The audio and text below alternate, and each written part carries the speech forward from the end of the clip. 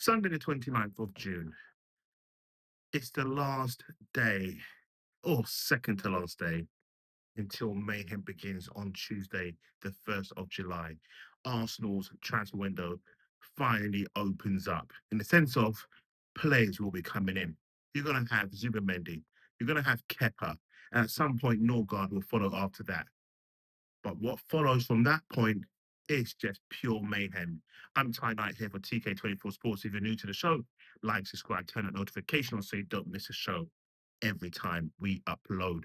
Road to 1,000 subscribers is still on. We've got to get there before the season starts. What's taking you guys so long? Hit that subscribe button and shows will be better. So here we go. In July, I'm calling for everyone to be calm regarding Arsenal's transfer window. Don't worry about the noise on the outside with other clubs making signings or for the signings that they've made already. Right now, being an Arsenal fan is hard because you're waiting for the number nine to come in, the recognised striker that's going to take Arsenal over the line and finally win a Premier League after 2 decades. That's why I've said it. And the reason why I say this, the striker that's going to come in, which is going to be Setsko. In my opinion, it's going to be Setsko. It's not going to be Jokeres. I believe Berta is very smart in what he's doing. Now, you will turn around and say, I've not seen it before, but you just haven't heard of it before. Andrea Berta going out there and quite brazenly going and talking to a lot of people, or making out that he's talking to a lot of people, is to throw everyone off their scent as to who Arsenal really are tracking. With the Zubimendi one, that was done before Berta got here. Kepa, that was helped with Roberta coming in. And Norgard, again, that was helped with Roberta coming in. Identifying a target, going after it very quickly, but no doubt that target was drawn up way before Thomas Partey decided he's not going to stay at Arsenal. It was more of a Jorginho replacement than a Partey replacement. It just looks that way because Partey's not going to extend his contract with Arsenal. But my point is this for July. You're going to have to stay calm. On Tuesday, people are going to be expecting Arsenal to be putting in a bid for a striker. So do I. And it's going to be Sesko. But I don't think that strike is actually going to be done on Tuesday, even though I've said it to my friends and everyone else I've been talking to.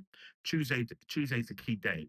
But actually, Tuesday's is the key day of people being announced of the here we go for Zubimendi, for Kepa, and then for Norgard that is actually finally done at last. 9 million with add-ons, and Arsenal will have their player.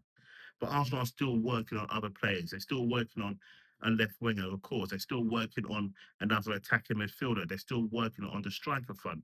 But I still believe it's going to be Sesko. So even though I'm saying work on the striker front, it's just going to be, well, he's agreed terms properly now with Jokovic. He's agreed terms with properly with Sesko. But Sesko is the number one.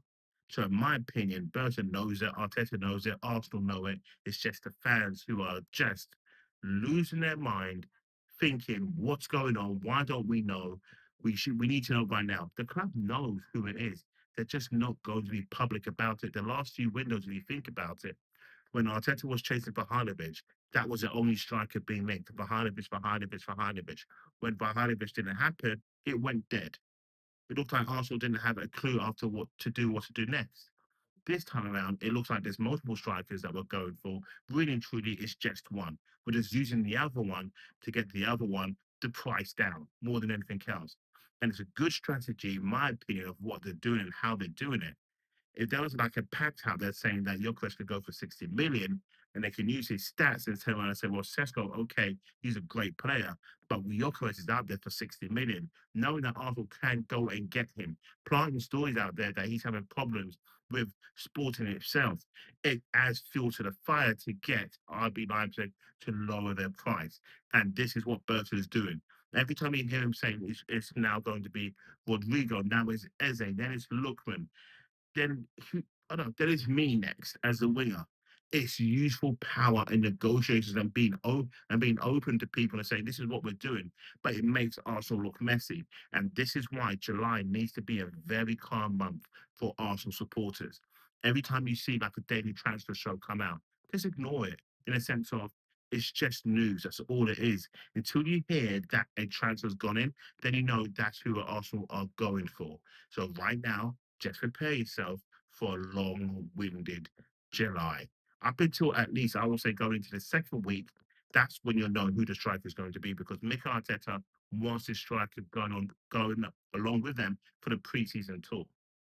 So maybe we could get lucky Wednesday, Thursday that the bid goes in and gets accepted by Friday, Saturday after 2 rounds of negotiations. Then the player then flies in next week for the medical. Then he gets his team photos and so forth. And then the next thing you know, by Saturday, boom, done. He's off for the preseason tour on the Far East. That's what I would like to happen. But I just got this funny feeling, again, it will just drag on. Like it's going to be with the left winger, it's going to drag on. And with that, I know that Rodrigo's out there on the Club World Cup with Real Madrid. But that point there, that can make it drag on longer than it needs to. So Arsenal just need to get and move on a little bit by putting in a bid in at least by Tuesday. It's got to be Tuesday when the first offer goes in at least Tuesday. It puts it to bed. But we know already once it's announced that it's Cesco, the Arsenal fans or some of the Arsenal fans are going to have a meltdown. But you need to understand Cesco is the better option for than Gyökeres. You look at Gyökeres and you're thinking that's the striker to go for. That's what we need to focus on, and it's not. That's a player playing in a league, an equivalent to League Two or Conference League. You can turn around and say Championship. Yes, he has played in the Championship, but that's not who he's up against week in, week out over there in Sporting in Portugal, where you've got Sesko, who's up against it in the Bundesliga, who's ranked what, was it third or fourth in the UEFA rankings, and then Portugal, the Portugal league, the Portuguese league, Portuguese, whatever, is ranked seventh. That's the tier that Sesko is playing in. You can look at Sesko, I mean, Jokovic is playing in the seventh tier of football, whereas Sesko is playing in the fourth tier of football. Where would you rather get your striker from? You can turn around and say he scores loads of goals. That's what we need. A bagsman, a gunsman. We need that. That's what we need. Yes, yes, yes, yes, yes, Blood.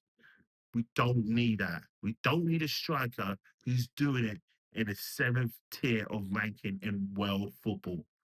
Go after someone who's in the top tier, which is Isaac, of course, in the Premier League. You got Serie A, but there's no bad man out there. You can turn around and say, look at Vahanovic again. He looked pretty decent the other night. He scored a goal, and it was nicely taken.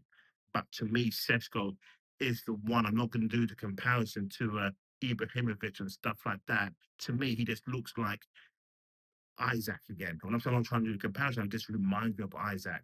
Doesn't look like a lot of promise at the moment, but believe me, this kid has something in there and ready to burst out. And Arsenal could be the one who's going to make him burst out and score the goals that's needed to get Arsenal over the line. But July has to be patience. Patience is going to be the key, and let the club do what they do best. Celebrate when Zubamendi comes in, when Kepa's announced, when Norgard's announced, and then when we follow on with the other players that's going to come in, that's going when we call the squad fillers. This is what Arsenal need to concentrate on first. Get that done. Do the squad fillers love, and then do the big signings last. Because once you've got the squad fillers in there, you can turn and say, okay, we've handled business the right way. Now we go after the big players while they're still working on those and they come in, then you're going to turn around and say, boom, our squad's ready to go. Because if you sign the big players, you're going to start thinking, okay, who's going to come in as a backup after that? Who's going to come in and support these guys who's just come in so we can get over the line? Whereas we've got the squad fillers now go and get those big guys and get us over the line. Trust me, that's how it's going to go, and it's the best way to do it. But I'm Ty Night here for TK24 Sports. Love to know your thoughts and views as to what I've just said. My little rambling on because there's not much transfer news to talk about, but I just wanted to get this off my chest. The next show I'm going to do, you may like it. It's a decent title.